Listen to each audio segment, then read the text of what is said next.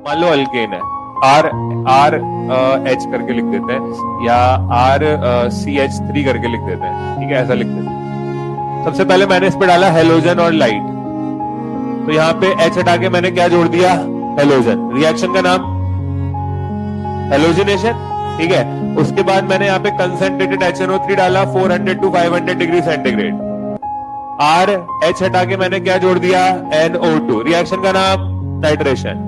उसके बाद मैंने यहाँ पे डाला फ्यूमिंग H2SO4, तो H हटा के मैंने क्या लगा दिया, SO3H। रिएक्शन का नाम सल्फोनेशन। तो 3 तो ये हो गई कैरेक्टरिस्टिक रिएक्शन। उसके बाद आता है कंबशन, इसको एयर की प्रेजेंस में हीट कर दिया तो 2 चीजें बनेगी क्या, CO2 और H2O। अगर एयर की इनसफिशिएंट अमाउंट में हीट करूंगा तो 2 चीजें बनेगी, कार्बन ब्लैक और कार्बन मोनोऑक्साइड। इसको एयर के साथ कैटलिस्ट डाल के कॉपर डाला, इसके साथ में MO2O3 डाला और इसके साथ में हमने मैंगनीज एसीटेट डाला। तो कॉपर डाला तो कॉपर कहां तक लेके जाएगा इसको, अल्कोहल, तो ये बन जाएगा RCH2OH। अगर MO2O3 डाला तो ये कहां तक लेके जाएगा, एल्डिहाइड, तो ये बन जाएगा RCHO।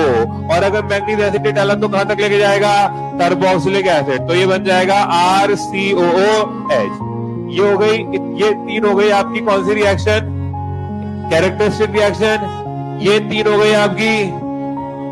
अच्छा, इसमें अपन ने अगर इस पे KMNO4 डाला तो KMNO4 अभी तो इसको ऑक्सीडाइज नहीं करेगा, वो डिपेंड करेगा कि आर में 3 डिग्री हाइड्रोजन है या, अगर 3 डिग्री हाइड्रोजन है तो फिर ऑक्सीडाइज कर देगा। और 3 है इसकी अदर रिएक्शन। पहली है आइसोमराइजेशन। आइसोमराइजेशन में एक ब्रांच क्रिएट कर देते हैं, जाना माना रिएजेंट है उसका कौन, AlCH3 प्लस HCl। अगली एरोमेटाइजेशन।